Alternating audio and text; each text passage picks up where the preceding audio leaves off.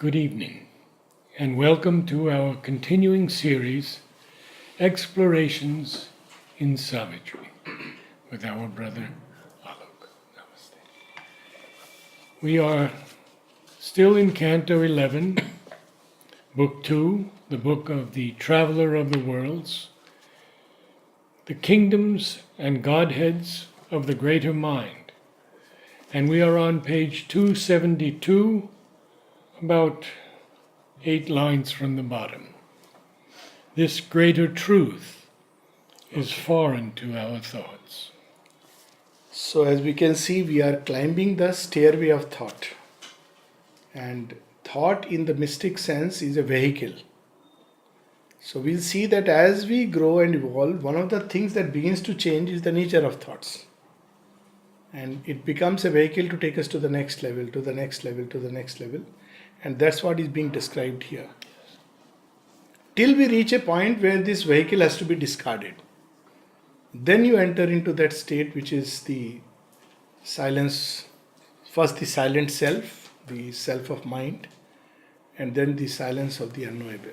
So this is the vehicle, and it begins to change from a bus full of all kinds of crowd to a more sophisticated bus, car, aircraft, rocket, jet, satellite. Actually, these are images one can see in visions and dreams. So it's not just jokingly, like ancient rishis.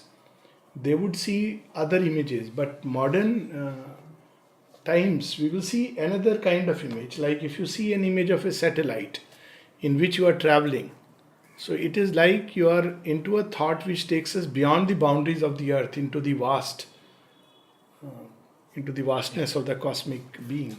So that's how it will be. Or if you see an aircraft, so you are still somewhere, hovering a little above earth in the higher mind probably. But the train is still popular. Train is still popular. Yes. Train is about the journey. Right. More than the vehicle, it's the journey. So, missing a train, changing tracks. So it's very interesting. It's a whole world. So thought is a vehicle, and we had read last time. I'll start from a few lines from above. But hidden, but denied to mortal grasp, mystic, ineffable is the spirit's truth. Unspoken, caught only by the spirit's eye. There is no way you can convince the mind caught in the grip of. Now Shubhendra is using the word mortal grasp. It doesn't mean those who are in intuitive mind are physically immortal. But they have started touching those realms of immortality where their mind can remain immortal for a long, long time and continue to influence earth. So that, like Swami Vivekananda's mind, thoroughly intuitivized mind. Yes. So he is using the word mortal grasp here in terms of that. So how do we see it? What is the condition required? No amount of breathing exercises, pranayama, Sirsasana is going to help here. There is another asana which we have to do. And that asana is the most difficult of all. When naked of ego and mind, it hears the voice. It looks through light to ever greater light and sees eternity and sphering life. So it begins to move into a more luminous realm and towards more and more light. The light continues to increase, and then it sees that otherwise we see life and blank all around. We don't know what really surrounds it. But then it sees what surrounds time, and the movement of time is the eternal. It begins to see eternity and sphering light. That's how the Vedic mystics describe that Diti is surrounded by Aditi. The divided consciousness is ensphered by the undivided consciousness. This greater truth is foreign to our thoughts. And now comes some very marvelous lines which are completely shattering in every sense. Yes. Today only I remember I had an email exchange about the law of karma. So someone had asked, but we are told about the law of karma this way, that way. So I was writing what Shri Aurobindo and Mother have said. It's essentially law of evolution. It's not a law of judgment and punitive measures, but a law of evolution. So you grow, and through constant learning experience.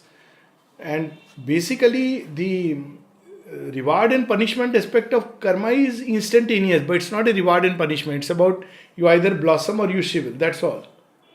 And that cuts away the delight or opens you to delight.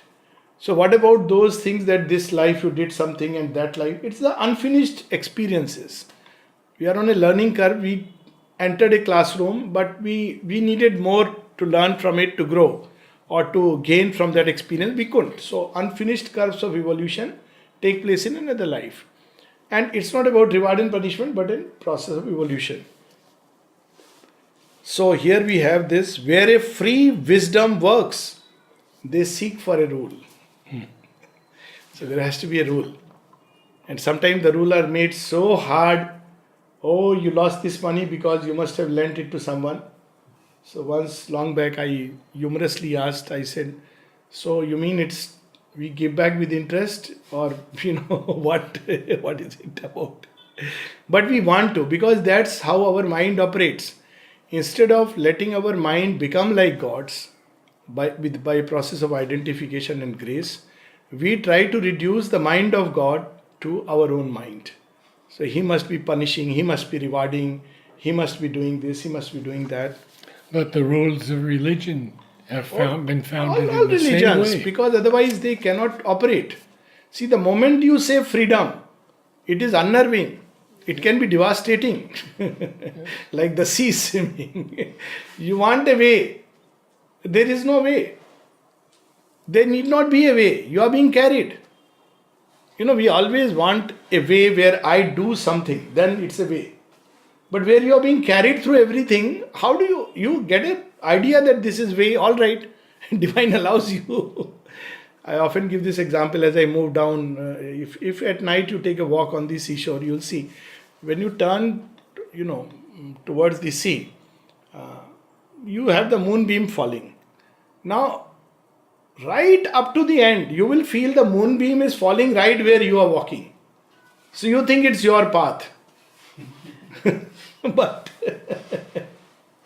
you encounter those experiences. But actually, it is the vast sea unrolling itself. We can see only a small fragment. We see this is the path. But who knows?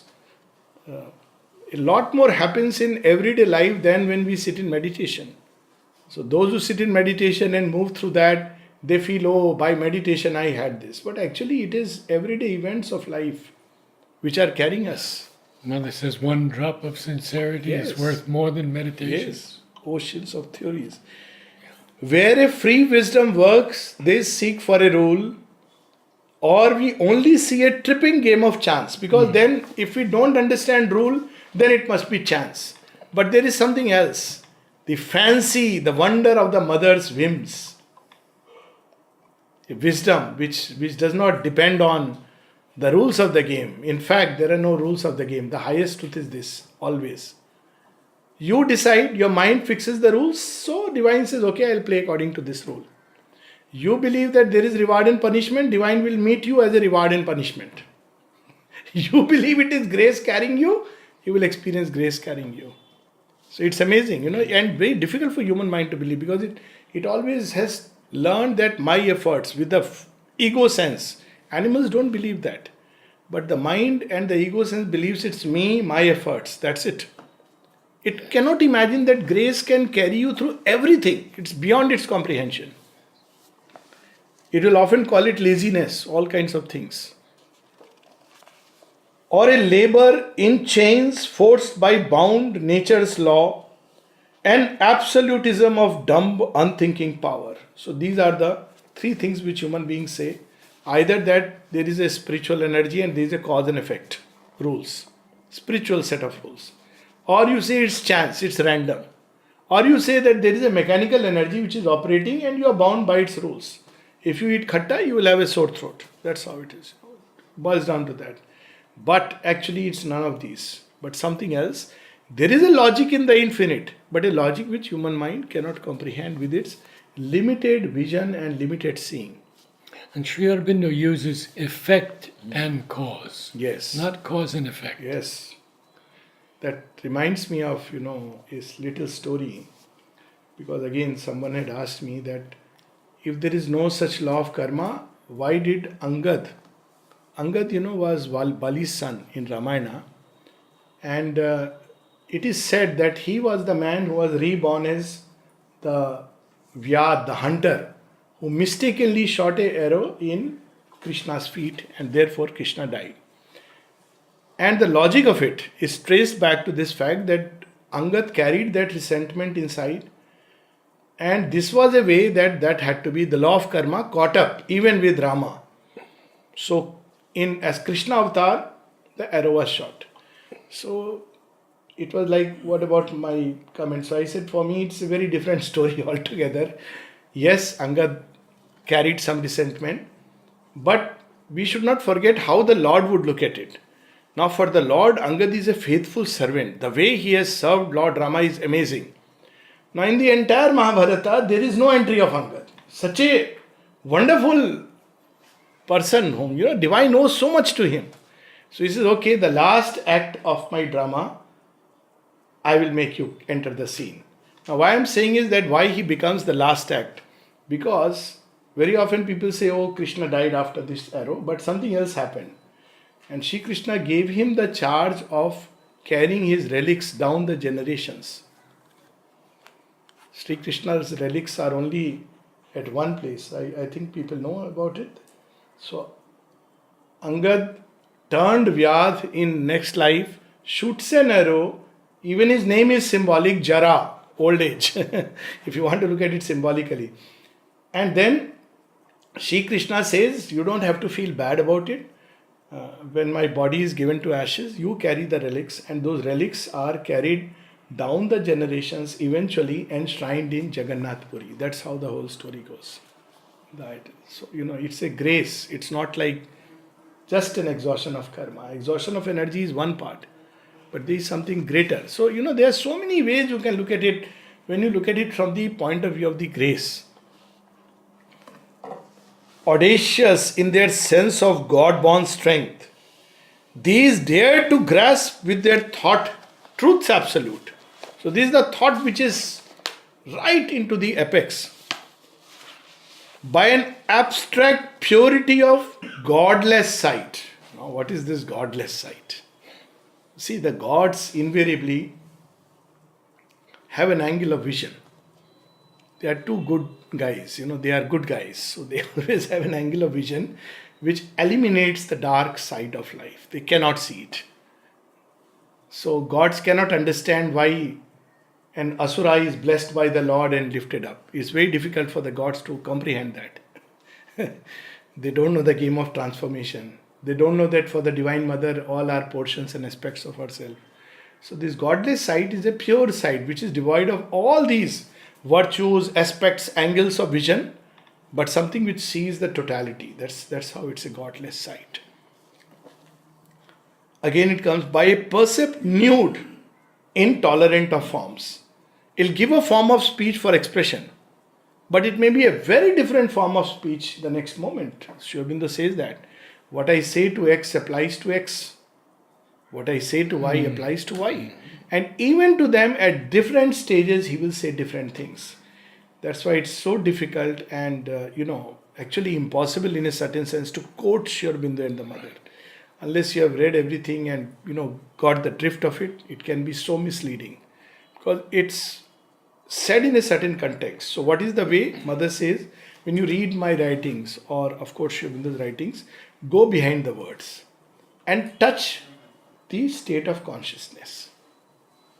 Now, if we touch that state of consciousness, the whole thing changes, but that comes either, ultimately by grace.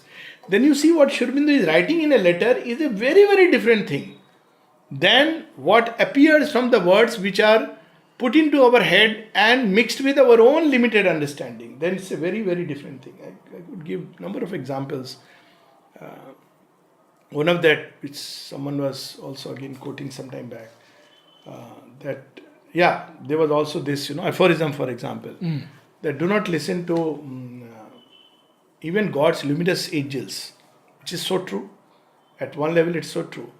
Now, during that time, there are letters of like that when Sri Aurobindo has written.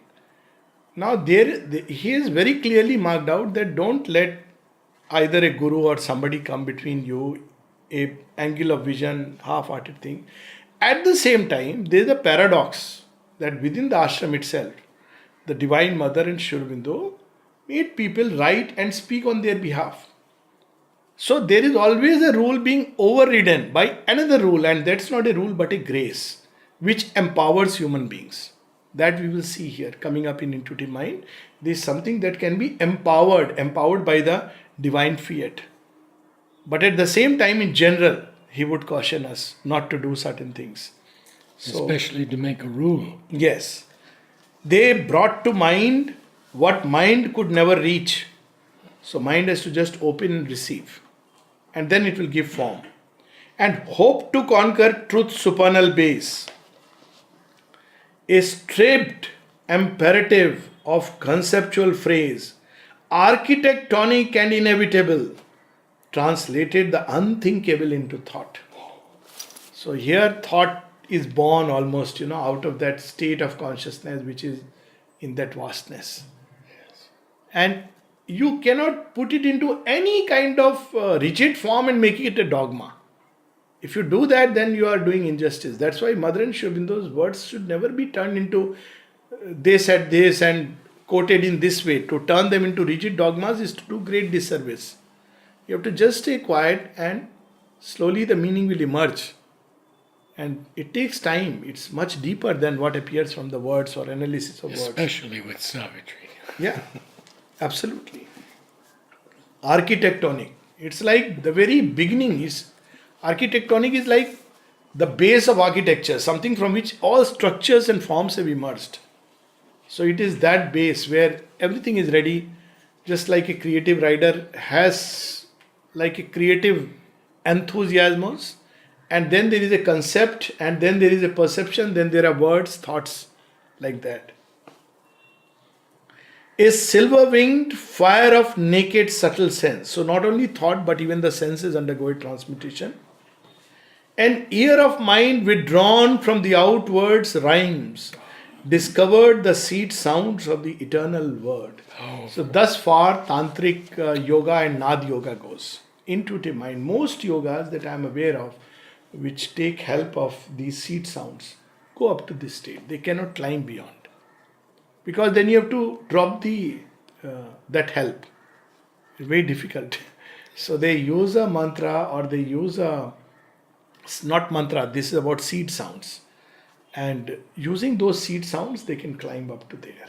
That is the birthplace of these seed sounds. The rhythm and music heard that built the worlds and seized in things the bodiless will to be. So this music that built the worlds is called in Nad Yoga as Anahad Nad. Actually, this Nad has, there are two meanings to this. One is Anahad. So some people take it as it's Anahat, means you unstruck sound. Sound which emerges without, otherwise for sound you need to strike against something. Or it is Anahad. I prefer this understanding. Anahad means actually it is limitless. So out of the vast limitless, there is the first stir, the vibration which is emerging. And they touch that base.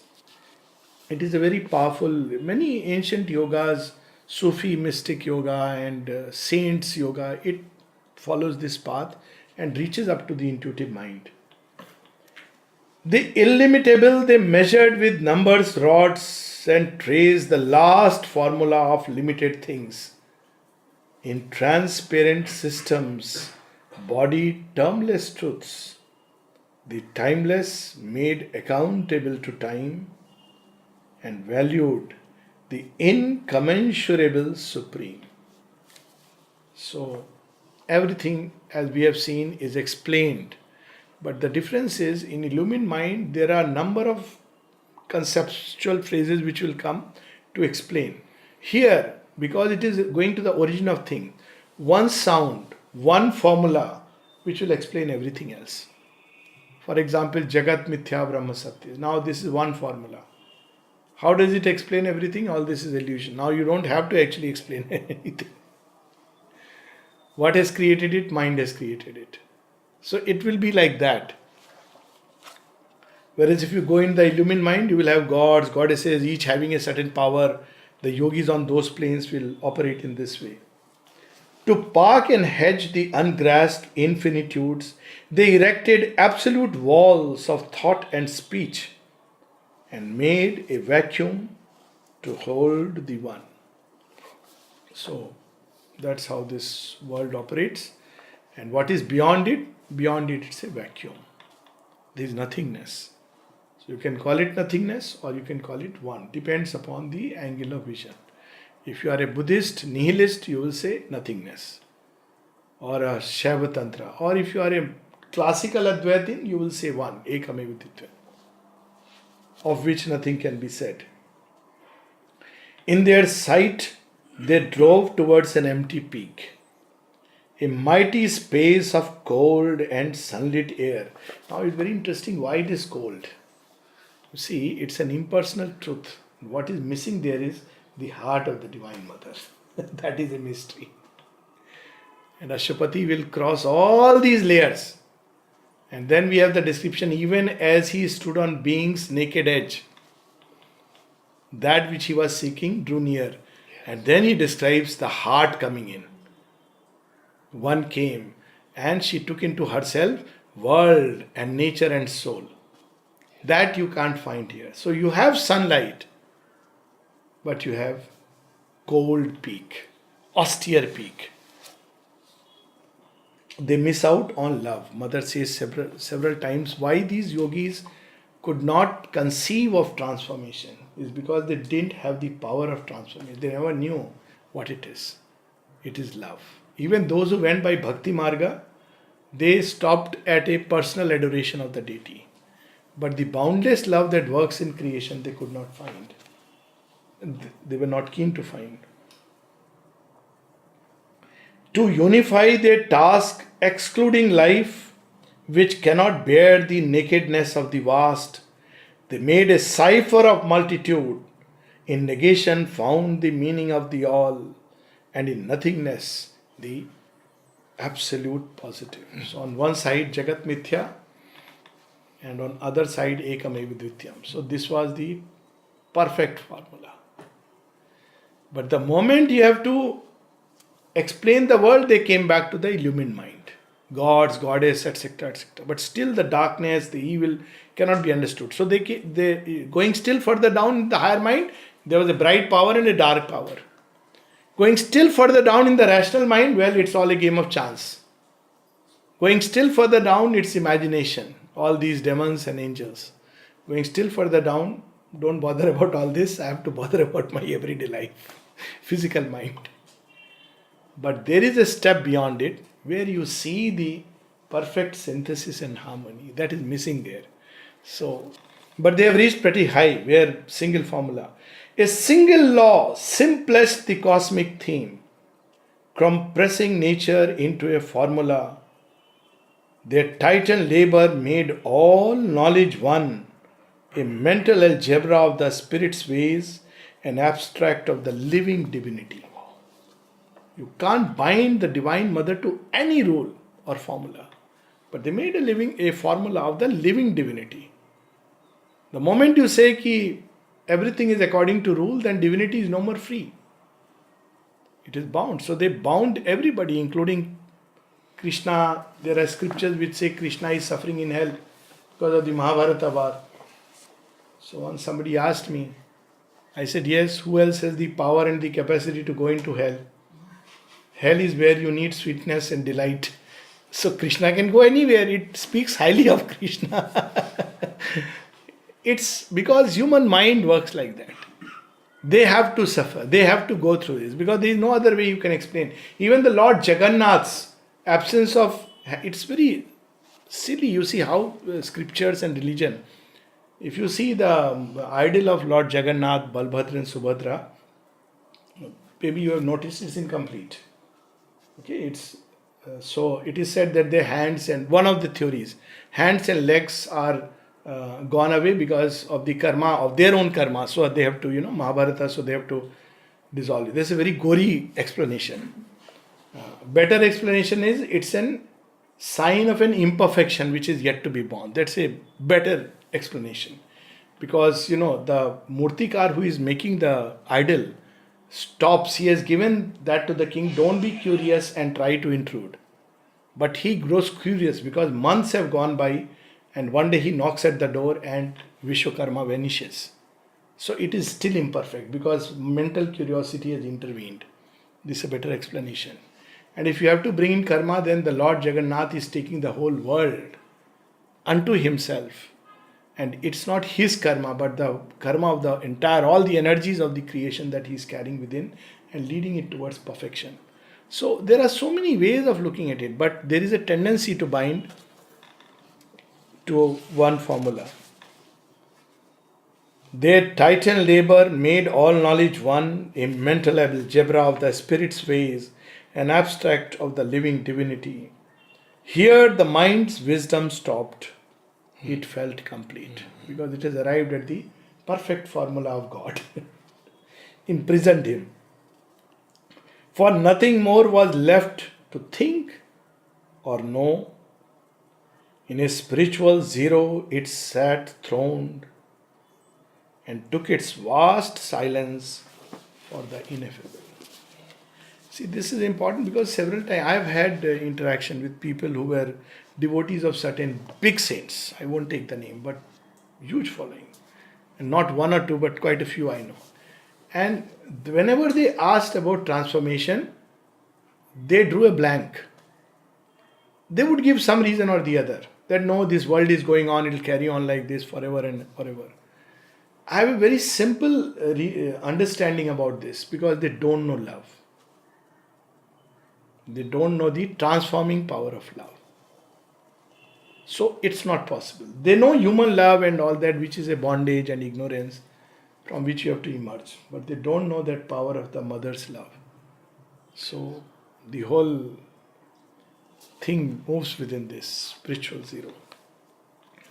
This was the play of the bright gods of thought. They are luminous beings, no doubt, attracting into time the timeless light, imprisoning eternity in the hours. So what it means, imprisoning eternity in the hours?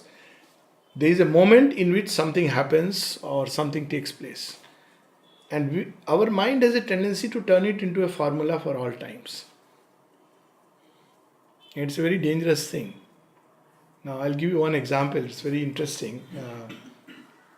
I read vision of one of, the lady who had started Hablik. I think it was her vision or it was Amal Kiran's wife. I may be mistaken. One of the two. But it's very interesting vision that it's 1974 and they are going into mother's room and suddenly they have vision of the Divine Mother, one of them. And the mother comes and says, because all this is going on inside that, mother used to be there, now, she's not there in the room. And the mother comes and says, I am no more confined to my room, I am everywhere. Some of these that she is spread out all around. Now, it does not mean as the human mind would say that there is no importance of visiting the mother's room. It doesn't mean that. That's how the human mind will make another formula and try to turn it into another narrow understanding. Yes. It means that this place, because it contains her, she has done her tapasya, it contains those luminous, those tremendous supramental vibrations, which is what she spoke about samadhi. The supramental vibrations are most intense here. Yeah. But at the same time, we can't limit their working to a geographical space. Because she's working everywhere. Wherever there is an opening, she's working. And especially after 1956. Yeah. But this has changed since the early days. Yeah. In the early days, Nalini would say, don't go out of the ashram. Yes. So that's what I'm saying. Things change because they evolve. Now, but we fix things in a certain, which took place in a certain context of time. That's what I meant, that time, trapping the time, eternity into time. Yes.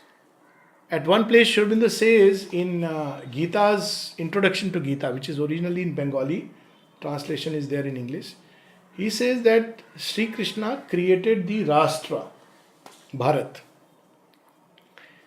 And then he says if Sri Krishna were to come again, it's very interesting, were to come again, who knows? He will be on the side of a world unity.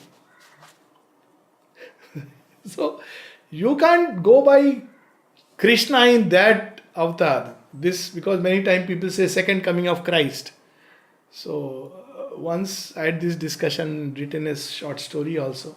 I said if Christ came, will we recognize him? We'll expect him to speak Hebrew and to tell everybody, are you reading the Bible? Probably he'll be happy if you said, sir, I think the days of Bible are over, I want something else. Who knows? Because he is not limited by an action in a certain period of time. We limit him. Yes. He will not be, Sri Krishna will not necessarily wear dhoti. He may wear something else. Today's times, times change, evolve. He may not use the peacock feather. Nowadays, animal activists will probably file a case if they see Krishna with the peacock feather. So the Lord knows somebody will file a court case. So, catching eternity in time, but these gods do it. They fix it for all period of time. This they have planned to snare the feet of truth in an aureate net of concept and of phrase, and keep her captive for the thinker's joy in his little world built of immortal dreams. You see this thinker's joy. There are people in India I have seen who every day morning will religiously read a particular scripture. It's their bread and butter. But maybe even 1/700th of the sloka of the Gita, if they were to put into practice, life would be very different. Thinker's joy. That's why the Gita has given an antidote, or rather a means to transcend itself. And Sri Aurobindo points that out in Essays on the Gita as well as in the Synthesis of Yoga. In Essays on the Gita, he points out in every scripture there are temporal things and there are eternal truths. And Synthesis, he says, ultimately you have to go beyond the word. Yes. And he quotes the Gita, Shabd Brahma Ati Vartate. What language does God speak? Why only Sanskrit? Why not Tamil? You know that story of Amrita? Somebody Yes, told me. that one. They were all gods. Sanskrit, gods speak in Sanskrit. Samriddhi, no, you don't know the full truth. When they speak to human beings, they speak in Sanskrit. Between themselves, they speak Tamil. It breaks your conceptions. Yeah. Or that little girl from Odisha who says, God knows Odia. Why? Because whenever I pray in Odia, she answers. What language does God know? Is he a slave of language? Mother says, do you think I have to learn Tamil now to understand? So she knows the dumb heart of atom, of flowers and everything.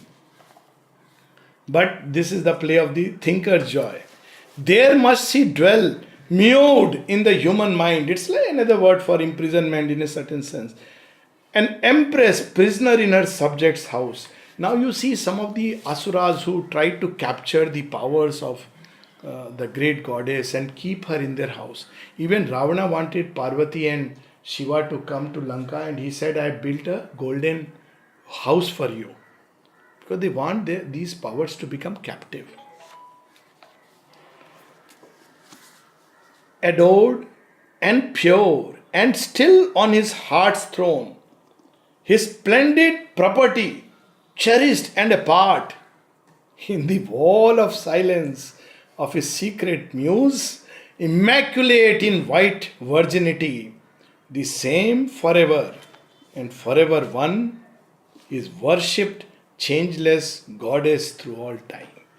These are the ones who become cult leaders. A cult in the highest sense, not in the limited sense. They start sects, and it is through them that you can approach. They have captured her within their own formulas. thus alone and not otherwise. That's how these sects thrive. And then he becomes an intercessor, not from thought point of view, but between the divinity and you.